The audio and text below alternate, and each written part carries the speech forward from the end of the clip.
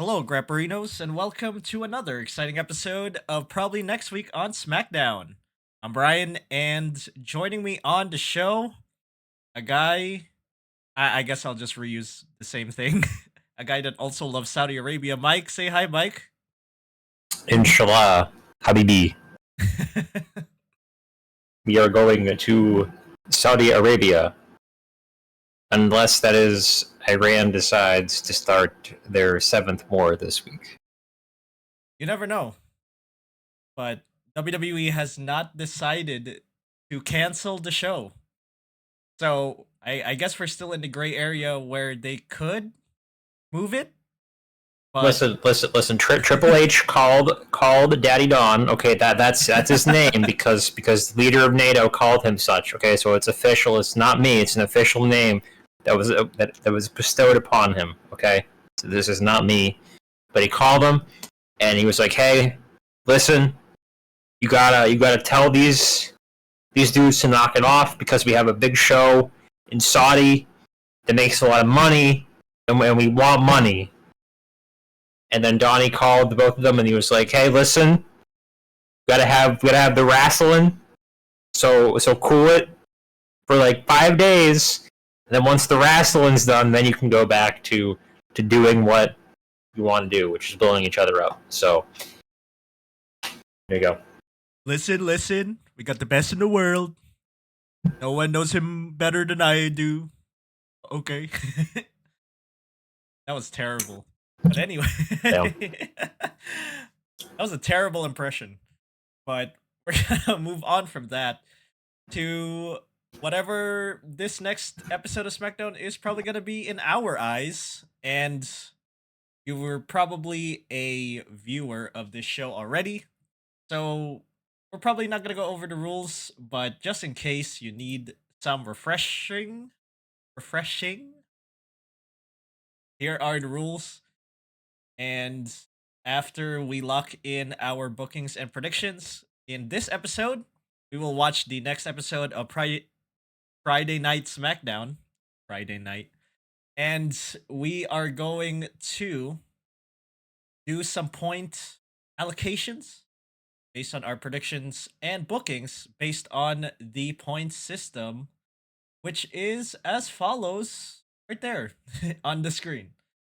And we are going to give you the points on the next episode. But before we get into that, let's go to last week's points.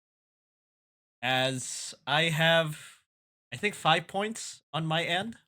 And Mike, you have 7 points. Jeez, this is.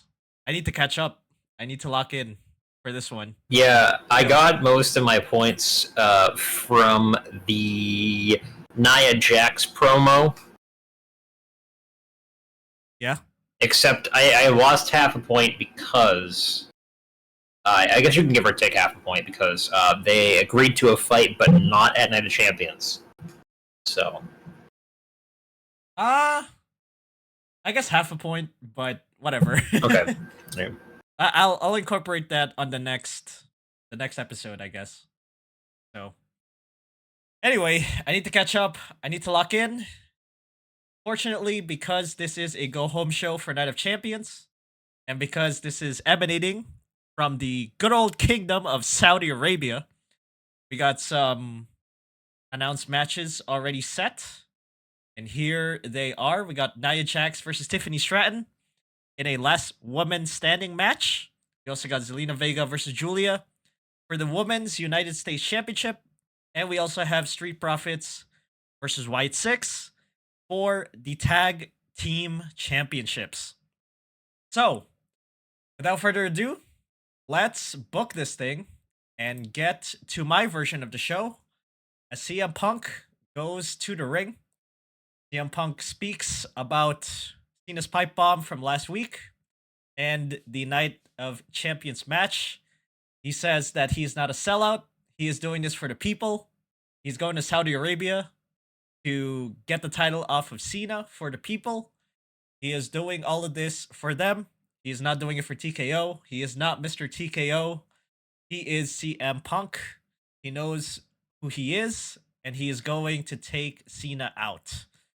And instead of Cena coming out, I'm gonna have Seth Rollins and his faction come out and says, I should say Seth or Paul, say that no matter what happens, if CM Punk wins or if Cena wins, he is going to cash in the Money in the Bank briefcase because he holds the power and he holds the briefcase. He's going to use it and he is going to win, and his plan will be completed. However, after speaking that, they are then attacked by LA Knight from behind, and we also get an attack by John Cena behind CM Punk, and Cena then gets attacked by R-Truth, and R-Truth disappears into the crowd. That's right. I am going to mix all of the storylines and the conflicts into one segment so that it keeps viewers on their toes, and it also keeps in mind the whole Seth Rollins kind of unpredictable. You don't know who he's going to cash in on. And we also have the LA Knight factored in, and of course we have R-Truth as well. So a lot of factors in this segment, and I think that's essential, I suppose, to build up this whole thing. And we go from that to the Women's United States Championship match as Zelina Vega goes against Julia. I'm gonna have Julia win here by pinfall, and I don't know. Zelina Vega could probably go to have a feud with, I guess, BFAB. I don't know. And Julia, since she's a heel, she can challenge, or not challenge, but she can have many challengers for the title. As illustrated, she can go up against BFAB, can go up against Michin. There's a lot of faces that she can go up against, so I think giving it to Julia makes sense. Also, it's pretty much proven that Zelina Vega is not a great wrestler, and I'd rather give it to Julia, who can hand out a pretty good match and just hang out with whatever wrestler and deliver a decent quality match, even with the worst of them. So I'm gonna give it to Julia there. And we're gonna move from that to R-Truth versus Aleister Black. This happens because, well, last week we had R-Truth and Aleister Black kind of having a little confrontation about R-Truth interfering in Aleister Black's business, which leads to this match. And I'm gonna have Aleister Black win after Cena interferes in the match, and R-Truth is just humiliated by Cena just interfering, and Aleister Black wins. And we're probably gonna get a Cena beatdown on R-Truth after the match, but I don't really count it. So yeah, again, building up the whole Cena R-Truth rivalry. I guess if after sorry, after SummerSlam, we could probably get R-Truth versus Cena again. Who knows? But I think after that we're gonna get, well, I don't want to spoil the, well, not spoil because that's already been done. But since Cody wins, he's gonna challenge. Oh wait, no, it's the finals. So I don't want to spoil what goes later on in the show, but what I am planning, what I think they're gonna do, is Cody wins the King of the Ring, challenges Cena at SummerSlam, and then after that we're gonna get R-Truth versus Cena at Survivor Series, maybe another Saturday Night's Main Event. Who knows? But I think that's what's gonna happen, and I guess that's what I'll say about that match as we move on to a Jacob Fatu promo. Jacob Fatu heads into the ring, talks about his eventual match with Solo Sikoa for the US Championship, and then Solo Sikoa comes out and challenges Jacob Fatu to the title. Maybe at SummerSlam, maybe at Saturday Night's Main Event, but I will have it at Saturday Night's Main Event because there's not a lot of matches announced for that besides, I think, Goldberg versus Gunther. They need some matches for Saturday Night's Main Event, so that's what I will have for that title match. That leads to a brawl. between JC Mateo, Jacob Fatu, and Solo, but Jacob, all gas, no brakes. You know what he means. And he is on top. And we move from that to the WWE Tag Team Championship match as Street Profits go up against the Wyatt Six.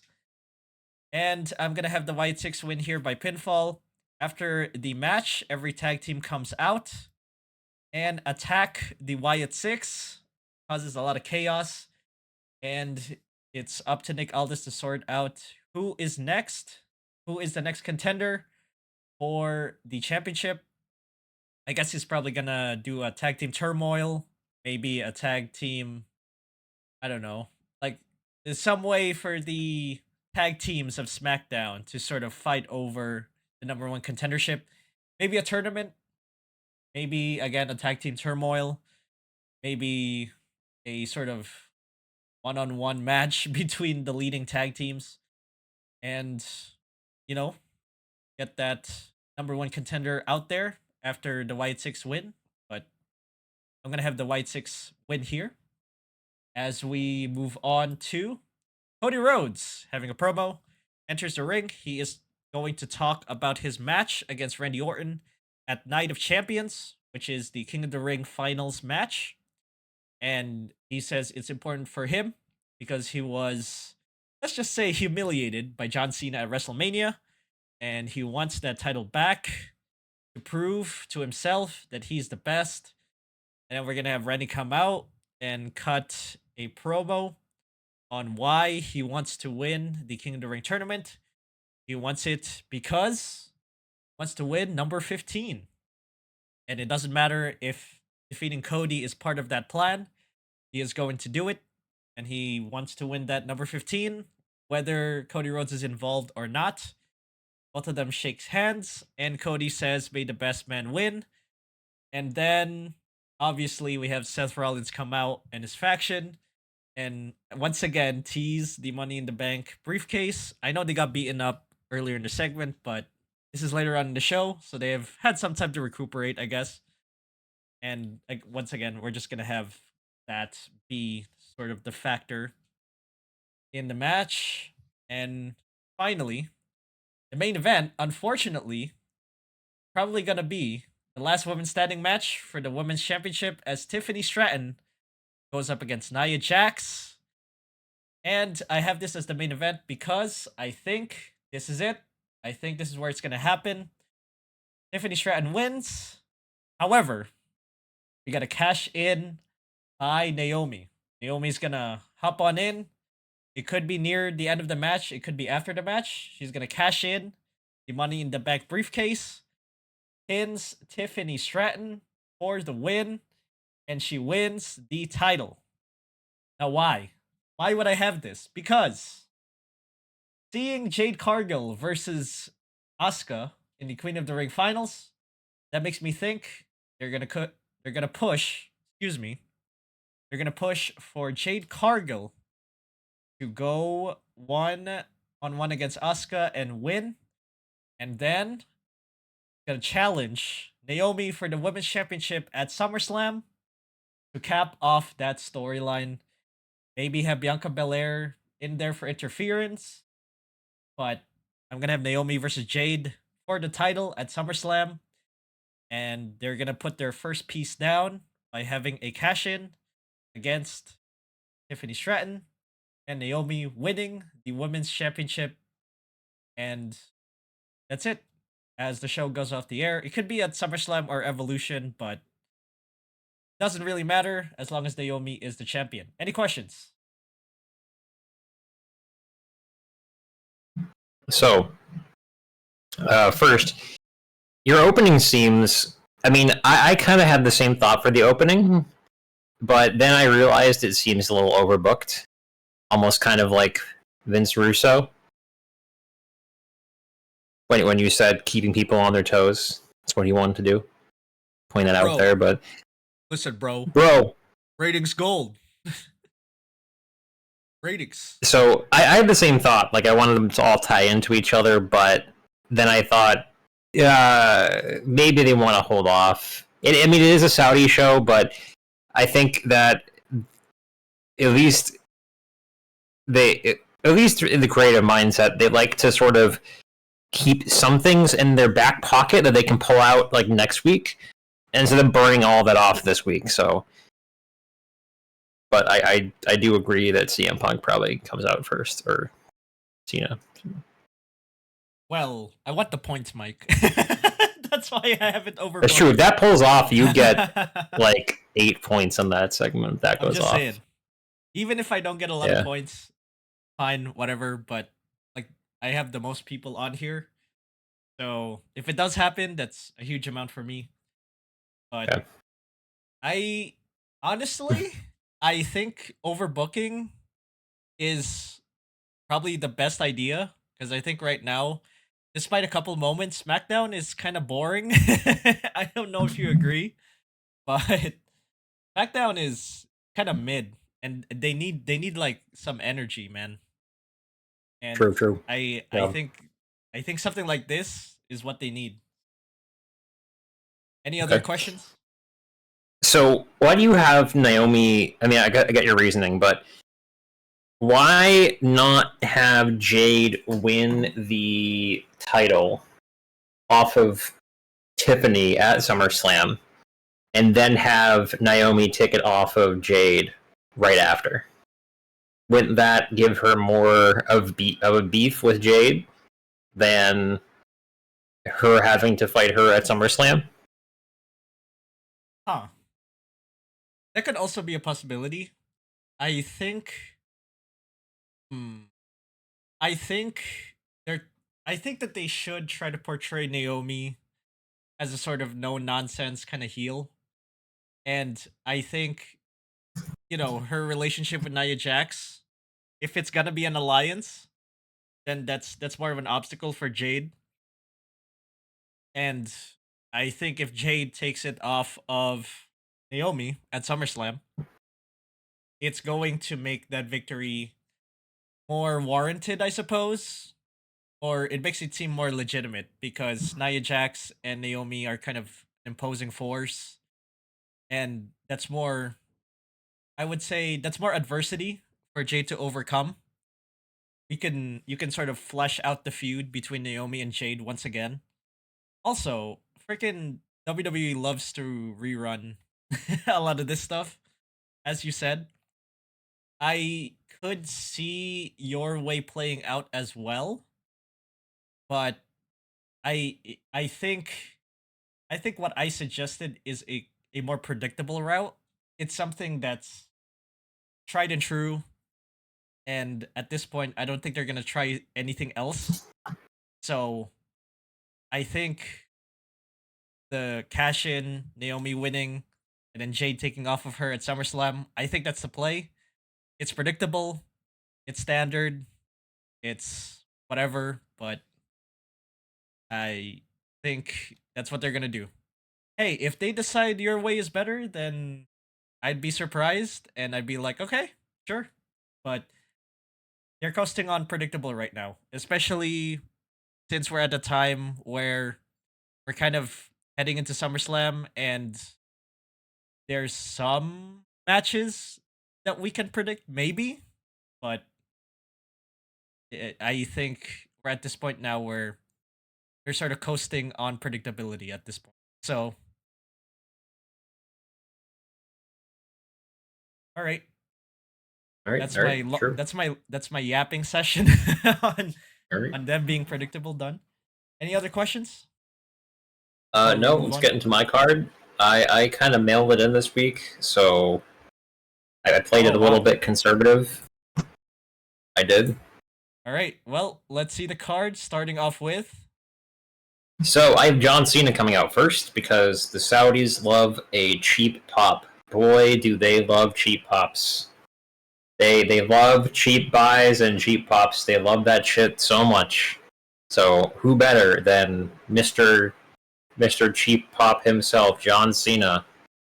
John Cena comes out, and he addresses Punk, and continues the meta almost work like hit at Punk being a hypocrite. Says he's not going to show up here because he's a hypocrite, And he walked out once before, and he'll walk out again, because that's what Punk is. Well, Punk actually does show up this time, cementing the fact that he is indeed a hypocrite. They get into a brawl, and then this goes to the outside of the ring. Maybe one of them, slides out the ring, tries to get one of them leaves the ring, and then they get surrounded by security, and then Punk comes back in. So then they separate them. Cena walks up the ramp, and then Ron Killings jumps Cena on the ramp because, I don't know, for good measure. Interesting. So you're not going to have Seth Rollins show up here? No.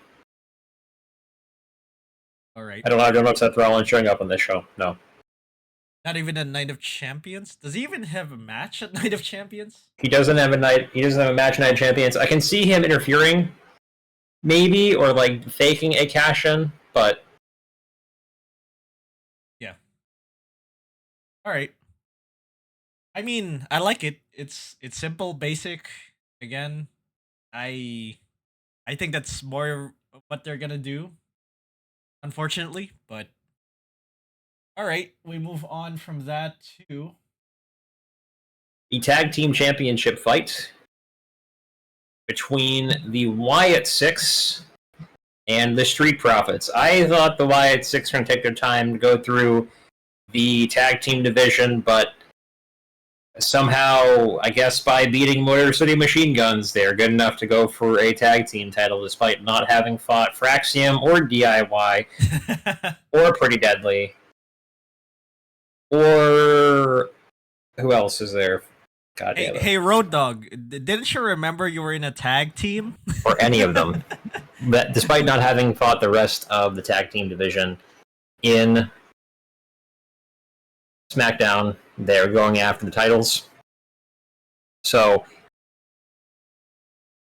I think the Wyatt Six win, thanks to interference from the other members of the team. Where do they go from here? I don't know.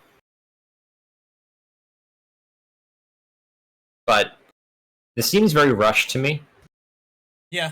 I know that they like to slow burn these feuds, but like this seems very rushed. How they've been pushed to this far, this fast. So,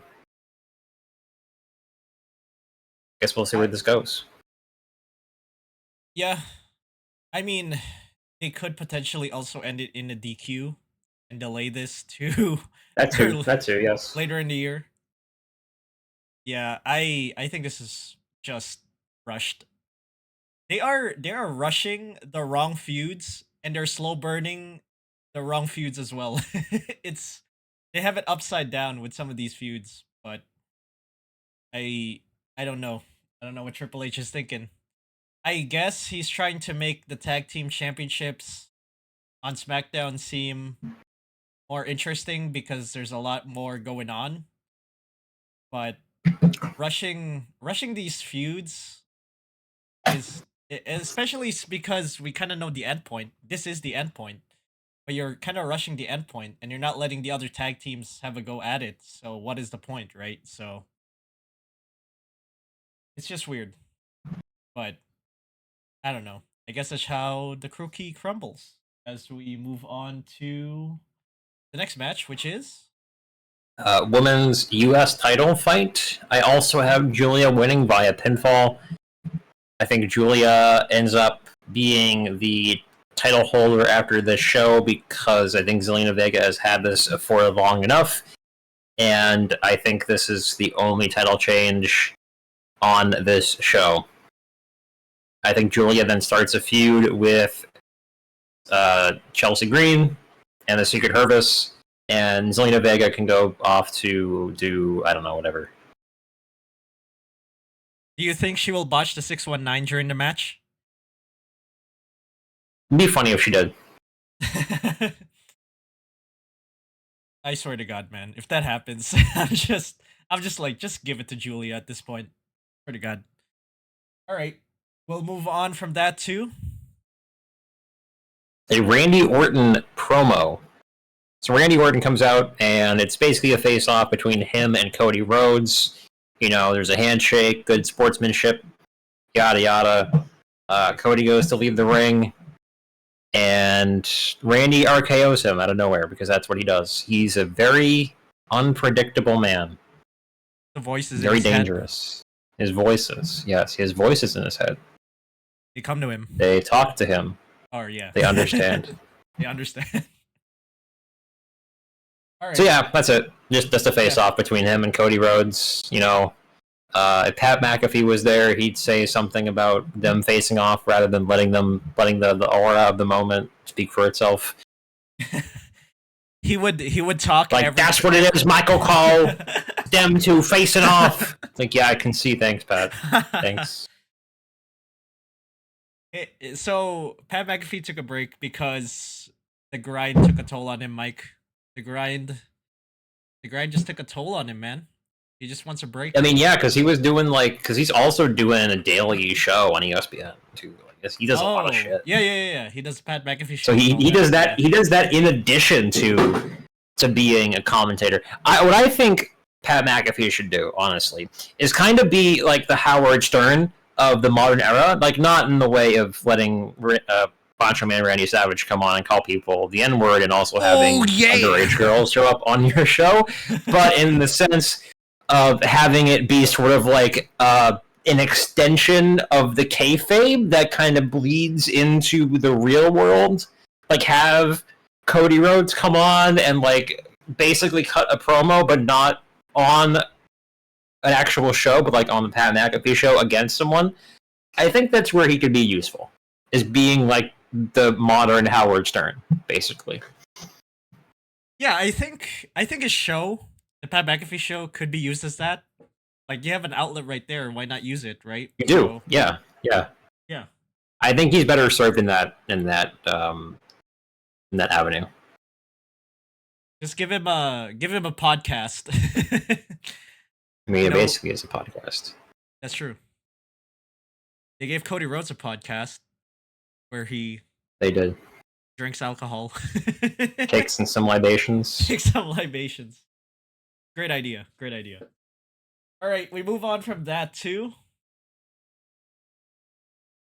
Jacob Fatu and Jimmy Uso versus JC Mateo and Solo Sikoa. Wow.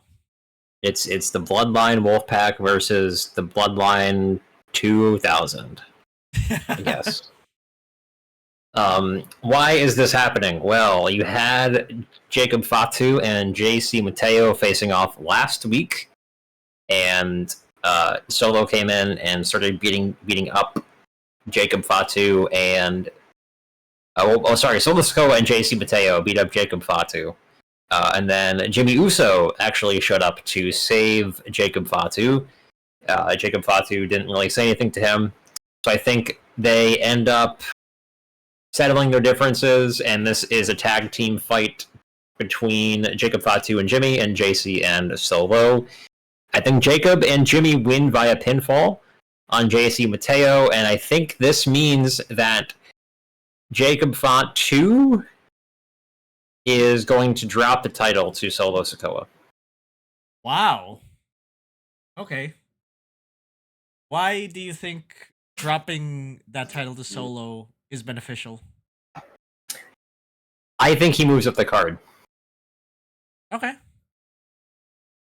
I think he moves up to getting the going after the World Heavyweight Championships. I think he moves over to Raw and goes after that. Oh wow. Okay. Yeah. I think he could be a potential opponent for Gunther. Yeah. I think he could. Maybe he wins Survivor Series. Or Goldberg. Can't believe they're gonna murder Goldberg in Saturday Night's main event, man. Ugh. That's his last match, man. Savor it. He's gonna do some spears, some jackhammers, but ultimately break a window with his elbow. Yeah. Who knows? Maybe he'll win the title. Wishful thinking, but I think Gunther's gonna win this one easy in the bag. Because if he doesn't, the internet is gonna have a meltdown. I can already. I will be the most joyous man on earth that happens. But, yeah. Okay. Interesting. I And will buy a then Goldberg T-shirt if that happens. from the shop, the WWE shop. I will. I'll buy a Goldberg shirt and I'll post the evidence next episode if that happens. Oh If he my wins. god. If he wins. If he wins. And I will edit it in, by the way. I will edit it in. All right. Cap it off with Cap it off, we have the Women's Championship fight. Tiffany Stratton versus Nia Jax again. In a last woman standing match. Yes, Nia Jax is in a last woman standing match. You are not mishearing this. great. I think. You know what? I totally forgot this was a last woman standing match because in my notes I had Tiffany winning via a roll up. I totally forgot this was a last woman standing match because it still has not crossed my mind that Nia Jax can Oh my be in a God. last woman standing match. Bruh, I've had her win by pinfall on my booking, so I think it's you and me both. I did too. I totally forgot. I totally didn't realize that either in your booking until now. Oh my god. Okay. All right. Okay. So, what I think happens, I'll revise some booking right now. So Tiffany wins, and I think she wins due to interference from Naomi. I think what happens basically almost the same thing as what happened with Tiffany, where Naomi comes in with the briefcase. She kind of hesitates a little bit. Maybe she gets knocked down by Nia, or maybe Jade shows up and knocks her down. I don't know what happens. But basically, somehow, Naomi loses control of the briefcase. Tiffany uses it against Nia Jax, knocks her out, and then she wins the title fight. Basically, what I'm trying to say is that Naomi causes Nia Jax to lose. And this kicks off a feud, like a four-way feud, maybe a three-way feud between Tiffany, Naomi, and Nia Jax. Wow. What? Why? Okay. Huh. Why? Because I think you've seen it where Naomi comes out when Nia Jax is fighting with Tiffany, and then Nia Jax is like, fuck off, go back to the locker room. Yeah. And Naomi is kind of like, okay, all right, fine. So I think this starts like a circle of hate between these people. Huh. I think this leads to probably a Nia Jax Naomi fight. So you're probably you're gonna renege I don't know. on the alliance between Nia and Naomi. Yes. Okay. That's interesting. I think if that were to happen, they'll probably do it at Evolution, right? Yeah, I think we have an like Nia Jax and Naomi at Evolution. I think what happens, at SummerSlam is I think Jade Cargill wins, and you had Jade versus Tiffany, two athletic contenders. Jade beats Tiffany, and then Naomi cashes in on Jade, and she takes title from Jade, similar to how what's his name took the title from Drew McIntyre. Damian Priest took the title from Drew McIntyre, and then that starts a feud between Naomi and Jade Cargill in the same vein as Damian Priest and Drew McIntyre, although probably will not have the same level of shitposting that we had with that feud.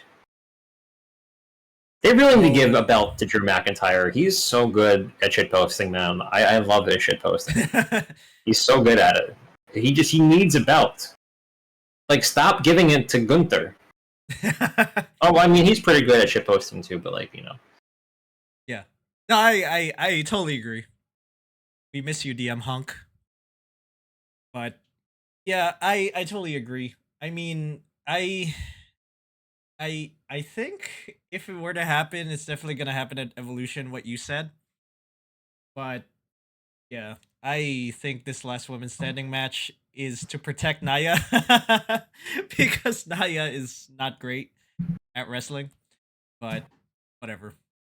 Guess we'll have to make do with that. And so, with that, I suppose that is the end of our predictions and bookings for the next episode of Friday Night Smackdown. And as I stated earlier in the show, we're going to watch the next episode of Friday Night Smackdown. And we are going to score our predictions and bookings, and we will bring you the points on the next episode, or probably next week on SmackDown. But until then, thank you so much for ordering a blue cheese pizza called probably next week on SmackDown from Grapperinos. And remember, if you are down for some fresh, oven-baked, crispy wrestling content, stop on by Grapperinos and order yourself some content you can grapple with. See you next time, Grapperinos.